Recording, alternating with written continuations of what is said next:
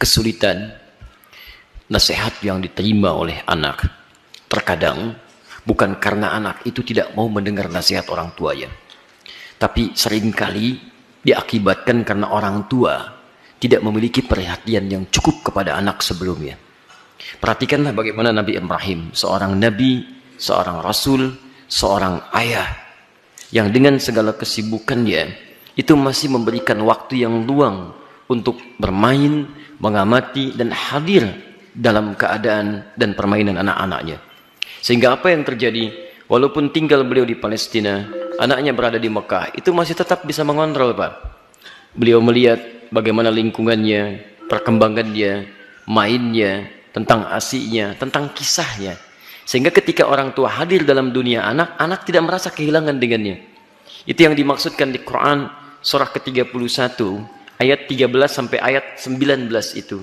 Ada 4 pendidikan dini yang harus ditanamkan pada anak sejak awal, sehingga anak itu akan mudah nanti mendekat kepada Allah, dekat dengan orang tua, dan bergaul balik dengan lingkungannya. Ayat 13-nya pengajaran tentang tauhid, ayat 14 sampai 15 mengajarkan tentang bagaimana pendekatan anak dengan kedua orang tuanya. Ayat selanjutnya mengajarkan tentang bagaimana pendidikan sholat ditanamkan sejak dini. Dan yang keempat tentang akhlak, supaya dia dekat dengan lingkungannya. Nah, ini kadang-kadang yang kita lupa. Mohon maaf, kita itu bukan nabi, rasul juga bukan. Surganya tidak sedekat Nabi Ibrahim. Maaf, gelar kita bukan Khalilullah, bukan Abul Anbiya. Sesibuk apa sih? Kadang-kadang pekerjaan berangkat gelap, pulang gelap, anak tidak bisa terlihat dengan baik. Ini barangkali yang menyebabkan anak-anak kadang ingin mencari perhatian, bukan karena nakal, tapi mungkin karena orang tuanya tidak hadir dalam dunianya. Yang jadi persoalan. Saya mohon Bapak Ibu sekalian, kita sudah punya pengalaman yang sama. Ya, setiap Anda pulang ke rumah, anak kan tidak akan menyebut dengan profesi Anda. Anda jadi direktur di kantor, tapi di rumah anak Anda itu mengharapkan ayah, bukan direktur. Pernah Anda pulang disambut oleh anak, Pak Direktur, Masya Allah, hebat kalau begitu Anda. Saya selama ini pulang ke rumah, anak kami masih kecil-kecil. Sejak dia usia 3 tahun, anak yang pertama, itu menanti depan rumah. Gak pernah saya pulang sampai ke rumah dibuka, sampai hari ini dengan adiknya. Kalau menyambut kami, datang dia berdua, tidak pernah memanggil sampai hari ini. Ustadz, tidak. Ternyata mereka menunggu ayahnya gitu. Satu kejadian, karena tahu saya sering kali pulang malam, dia siangnya tidur. Banyak dia tidur supaya tunggu malam saya datang.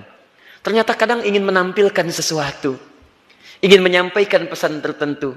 Kadang ingin menyampaikan pesan bahwa saya sudah menghafal surat 8 jam tunggu-tunggu itu. Antum juga begitu. Anak antum mungkin menyiapkan karya macam-macam. Cuman ketika pulang, beban pekerjaan Anda yang di luar itu kadang dibawa ke rumah. Itu yang membuat kita tidak adil. Itu yang repot. Kadang-kadang masalah di kantor dibawa ke rumah. Nyampe ke rumah anak sudah menunggu, sudah menyusun senyum sebaik mungkin, ketika dibuka ayahnya cemberut. Papa, diam kamu. Hah? Kenapa mas? Kamu lagi ikut-ikutan. Ikut apa? Jadi nggak nyaman situasinya. Begitu saya datang tiba-tiba, Buya, main bola yuk. Ah, main bola tuh. Main kita apa malam? Itu yang menarik. Sampai besoknya diceritakan sama bundanya, Buya itu capek kak, tunggu dulu ya. Pijitin dulu, bobok sebentar, baru main. Besoknya ditunggu, Masya Allah, di depan pintu. Buya, capek ya? Masya Allah. Ayo sini bobok, kakak pijitin. Pijitin pak. Bobok dulu, bobok merem, katanya merem. Begitu merem kita, baru semenit. Ya bangun, main bola yuk. Masya Allah. Tapi itu tuh susah didapatkan lagi ketika dia dewasa. Jadi kalau Anda nggak dapat sekarang, besok Anda tidak akan bisa meraihnya. Karena itulah orang tua seperti Ibrahim alaihissalam memberikan perhatian yang dalam. Anak itu punya rasa.